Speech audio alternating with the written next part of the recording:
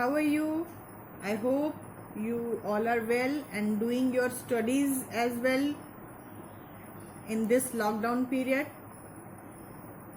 तो अब तो बेटा आप लोगों की समर वेकेशंस भी शुरू हो गई हैं हमारे इधर, तो आपको फिर भी अपनी स्टडीज को कंटिन्यू रखना है और जैसे आप मुझे रिस्पांस दे रहे हैं आगे भी ऐसे ही देते रहना है। और इस लॉकडाउन पीरियड में समर वेकेशंस में जाना तो आपने कहीं है नहीं है, घर बैठे बैठे ही हमें अपनी स्टडीज कंप्लीट करनी है और कुछ क्रिएटिविटी भी करनी है, ठीक है। तो इसीलिए मैं आपको बोलती हूं, पहले भी मैंने आपको जब लेक्चर्स दिए उसमें मैंने आपको कहा था कि आप खुद से, जो ग्रामर का एक लेक्चर दिया था कि आप खुद से फ्लैश कार्ड्स बनाएं या जो भी आप एक्टिविटी करें वो खुद बना के करें, तो उससे आपको ज्यादा मतलब कि आपको जो भी टॉपिक होगा, जो भी लेसन होगा, समझने में ज्यादा जल्दी आसानी हो जाएगी, ठीक है। तो एनी हाउ आज अपना सिलेबस को कंटिन्यू करते हुए मैंने पोइट्री सेक्शन लिया है, last lesson of the afternoon. Today I will discuss another poem named as last lesson of the afternoon with you. तो एज यूजुअल पहले I will narrate the summary of the poem, then after I will read the poem, ठीक है। उसके बाद मैं word by word आपको उसके meanings बताऊंगी जैसा मैं आपको बताती आई हूं। और मैं आपको पहले भी बोला है, अगर आपने किसी भी जो मेरे लास्ट लेक्चर्स की समरी सुननी है तो वो आप ये राइट साइड बटन क्लिक करके सुन सकते हैं। और हाँ बेटा, एक बात और, आप अभी जो इसके समरी सुनते जाइए, जब मेरा ये कंप्लीट हो जाएगा, जैसे पोइट्री सेक्शन है, प्रो सेक्शन है, मैं फिर से रिपीट करके आपको फिर सिर्फ उनकी एक्सरसाइजेस करवाऊंगी, ठीक है। जैसे कुछ बच्चे मेरे से पूछ रहे हैं कि मैम आप इमेजेस कब करवाएंगे, आप सिमिलीज कब करवाएंगे।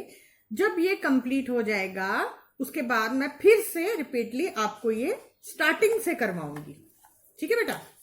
तो चलिए let us start our poem last lesson of the afternoon, written by D.H. Lawrence. In this poem, poet expresses a mood of a teacher, mood of a bitter desperation at the thanklessness of a teacher's work. ये जो poem है इसमें एक teacher की, मतलब last period की mention किया है कि क्लास चल रही है, क्लास में लास्ट पीरियड चल रहा है।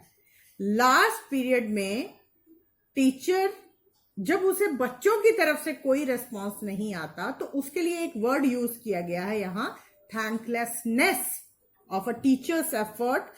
तो then the teacher feels very tired and very weariness among him. तो फिर what happens to a teacher, then he compares his students with horns, with horns, students with horns यानी शिकारी कुत्ते। फिर वो अपने क्लास के बच्चों को हॉर्न से कंपेयर करता है, who head to chase knowledge, ठीक है।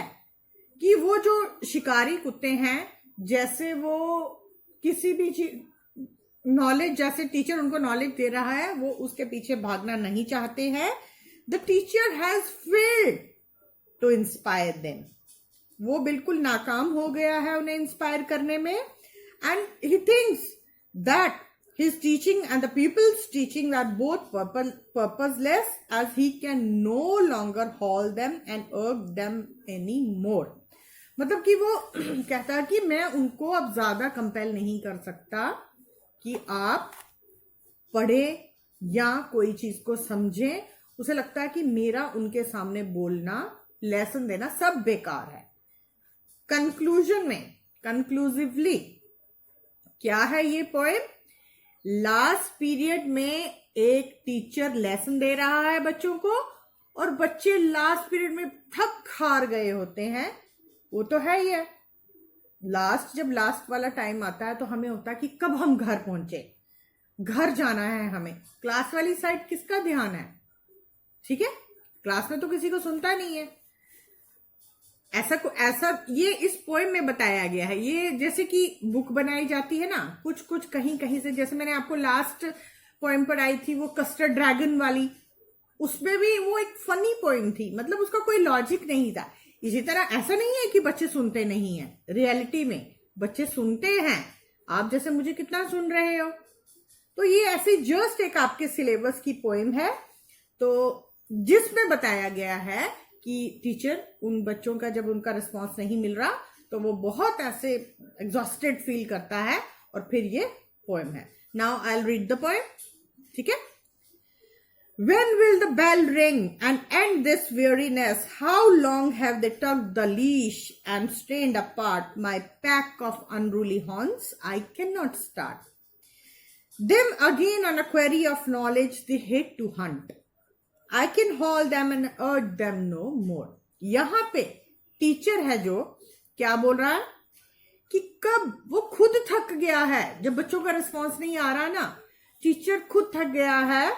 वो कहता है कि कब ये बेल बजेगी, स्कूल की घंटी बजेगी, और ये जो बोर्डम है, बोर हो गया है टीचर बच्चों का रेस्पॉन्स नहीं आने से, वो बोर हो गया है कि कब ये बोर्डम खत्म होगी, कब ये थकान खत्म होगी। और वो कहता है लीश यानी पट्टा, जो कुत्ते के गले में डालते हैं, पट्टा जो लेदर का बना होता है। वो कहता है कि कब तक मैं ये पट्टा इनके गले में डालकर इनको खींचता रहूंगा। माई पैक ऑफ अनरूली हॉर्न्स, बच्चों को नाम दिया है उसने, pack of unruly horns, students को जो उसकी क्लास में है। उसने कहा कि ये एक शिकारी कुत्तों के झुंड की तरह क्लास में बैठे हैं, जिनके आगे मेरा बोलना बेकार है, और वो they hate to chase knowledge, मतलब वो कुछ भी सीखना नहीं चाहते हैं। तो I can haul them and urge them no more, मैं कितना उनको कंपेल करूं और कितना उनके पीछे भागूं। No longer I can endure the burn of the books that lie out on the desk, a full 3 score of several work that they have offered me. I am sick, and what on earth is good of it all? What good to them or me I cannot see. यहाँ पे teacher बोल रहा है कि अब मैं और tolerate नहीं कर सकता। एंड्योर यानी बेयर, सहन करना, मैं नहीं बर्दाश्त कर सकता। ये जो मेरे डेस्क, टीचर के टेबल पे 60 कॉपियां चेक करने वाली पड़ी हैं सामने उसके टेबल पे, इतना काम है दैट दे ऑफर्ड हिम, मतलब जो चेक करने वाला बच्चों ने उसके टेबल पे छोड़ा है। वो कहता कि आई एम सिक, मैं भी थक गया हूं, मुझे नहीं पता, क्योंकि उन्होंने काम भी बड़ा गंदे डर्टी वे में किया है। So shall I take my last dear fuel of life to heap on my soul and kindly my kindle my will to a flame that shall consume their dross of indifference and take the toll of their insults in punishments. I will not. वो कहता है कि अब मेरे अंदर जो बची हुई एनर्जी है, मैं उसको मतलब वो करना चाहता हूं कि उसको मैं दोबारा से फिर से अपनी बची हुई एनर्जी को इकट्ठा करके एक ज्योति और एक अलग से लाइट बनाना चाहता हूं कि शायद वो इनके काम आए, और इनको अब पनिशमेंट का या इंसल्ट का कोई वो नहीं है। वो कहता है कि जो ये मेरी इंसल्ट कर रहे हैं बच्चे मेरे लेसन को ना सुनकर, तो मैं इनको उस ऊर्जा को दोबारा अपना इकट्ठा करके कुछ पनिशमेंट दूं। आई विल नॉट। क्या फिर वो सोच रहा है कि क्या मुझे उन बच्चों को पनिशमेंट देना ठीक होगा? फिर वो फिर से सोचता है, I will not waste my soul and my strength for this. What do I care for all that they do amiss?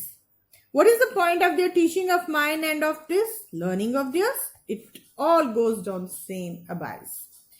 कहता है कि मैं क्यों अपनी सोल यानी अपनी आत्मा या अपनी स्ट्रेंथ क्यों वेस्ट करूं?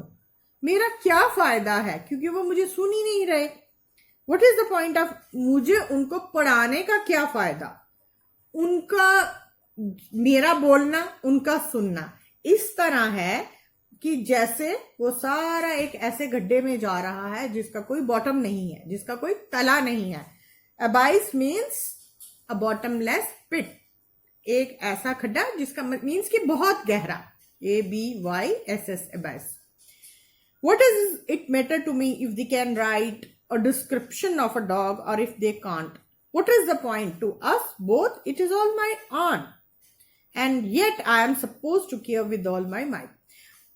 टीचर यहाँ पे कह रहा है कि मुझे क्या फर्क पड़ता है कि वो लिखें या ना लिखें, क्योंकि वो एक ऐसे, मैंने पहले भी बोला था, यहाँ पे जो बच्चे हैं, स्टूडेंट्स हैं, उनको शिकारी कुत्तों से कंपेयर किया गया है कि जैसे उनको कोई फर्क नहीं पड़ता।